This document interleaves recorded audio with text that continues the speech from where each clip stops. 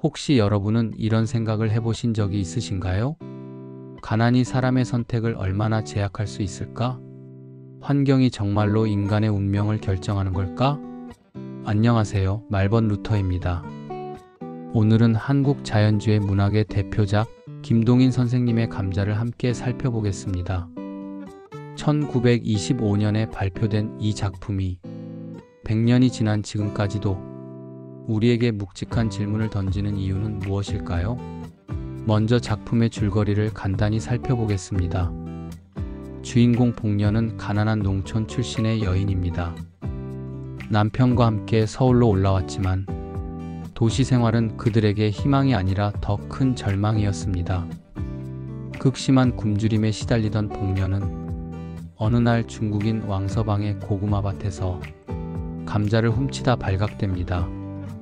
하지만 왕서방은 그녀를 신고하지 않습니다. 대신 복녀에게 다른 제안을 하죠. 굶주림 앞에서 복녀는 그 제안을 받아들입니다. 그때부터 복녀의 삶이 변합니다. 돈이 생기니 끼니 걱정은 없어졌지만 그녀의 인간적 존엄성은 조금씩 무너져 갑니다. 결국 왕서방이 다른 여자와 결혼하자 복녀는 질투와 분노로 그를 찾아갔다가 비극적인 최후를 맞이합니다. 작품의 제목인 감자는 단순한 작물이 아닙니다.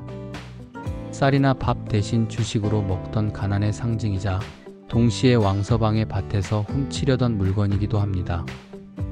복녀의 타락이 시작된 매개체인 것이죠. 이 작품이 쓰인 1920년대는 어떤 시대였을까요? 일제강점기 중기 우리 민족이 극심한 경제적 어려움을 겪던 시절이었습니다. 일제의 수탈 정책으로 농촌이 무너지면서 많은 농민들이 삶의 터전을 잃고 도시로 몰려들었습니다. 하지만 도시에는 일자리가 없었습니다.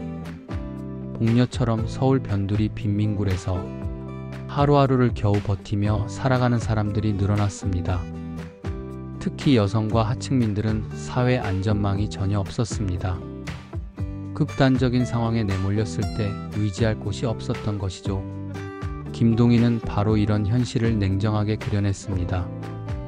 김동인은 1900년에 태어나 1951년에 세상을 떠난 우리나라 근대문학의 선구자입니다. 이 작품은 1925년 조선문단에 발표되었습니다. 감자는 한국 자연주의 문학의 대표작으로 평가받습니다. 자연주의란 무엇일까요? 19세기 말 프랑스 작가 에밀 졸라가 주창한 문학 사조로 인간의 삶이 환경과 유전에 의해 결정된다고 보는 관점입니다.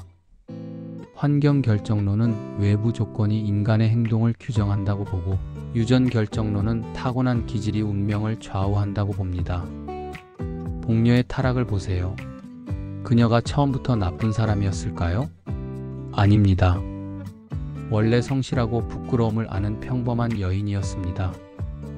가난한 농촌에서 태어나 타고난 순진함과 나약함이 있었지만 극도의 가난과 굶주림이라는 환경이 그녀를 그렇게 만들 수밖에 없었던 것입니다. 처음에는 죄책감에 괴로워하던 복녀가 시간이 지나면서 점점 무감각해지고 뻔뻔해지는 과정. 이것이 바로 환경이 인간의 행동과 도덕성을 결정하는 모습입니다. 김동인은 복녀를 비난하지 않습니다. 오히려 그녀를 그런 상황으로 내몬 사회를 고발합니다. 개인의 도덕적 나약함이 아니라 필연적인 비극으로 그려낸 것이죠. 이것이 바로 자연주의의 핵심입니다. 김동인의 글쓰기는 매우 건조하고 냉정합니다. 감정적으로 호소하지 않고 사실만을 담담하게 서술합니다. 복녀가 왕서방에게 의존하게 되는 과정, 남편이 아내의 타락을 묵인하는 모습, 그리고 복녀의 죽음마저 돈으로 처리되는 마지막 장면까지 작가는 어떤 판단도 내리지 않습니다. 독자 스스로 생각하게 만드는 거죠. 이는 자연주의 및 사실주의의 객관적 태도이며 독자의 능동적인 성찰을 유도하는 현대 문학 기법입니다.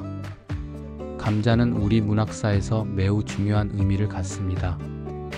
사실주의를 넘어 자연주의 기법을 본격적으로 도입한 작품이기 때문입니다. 한국 근대 단편소설이 세계 문학적 흐름과 만나는 지점이라고 평가받는 이유가 바로 여기에 있습니다. 또한 이 작품은 물질 만능주의를 날카롭게 비판합니다.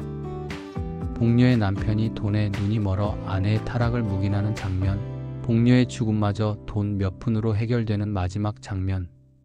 이것은 단순한 비도덕성을 넘어 인간의 생명과 존엄성마저 돈으로 환산되는 물질 만능주의의 비극을 보여줍니다.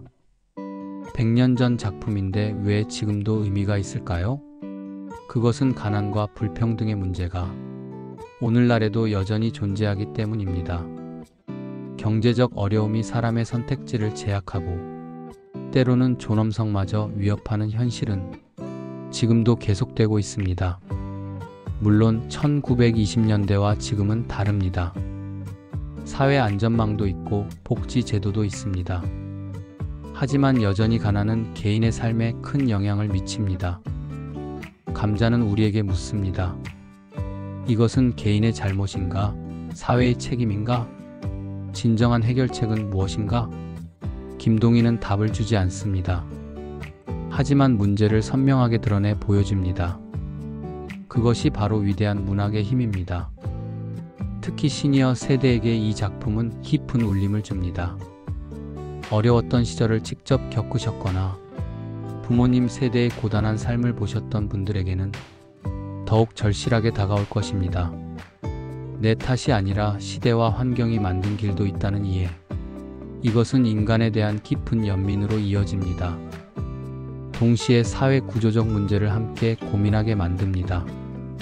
개인의 노력만으로 해결할 수 없는 문제들, 우리 모두가 함께 해결해야 할 과제들에 대해서 말입니다. 감자는 단순한 비극 소설이 아닙니다. 가난과 환경이 인간을 어떻게 규정하는가요? 그 냉혹한 현실을 보여주는 사회 비판 문학입니다.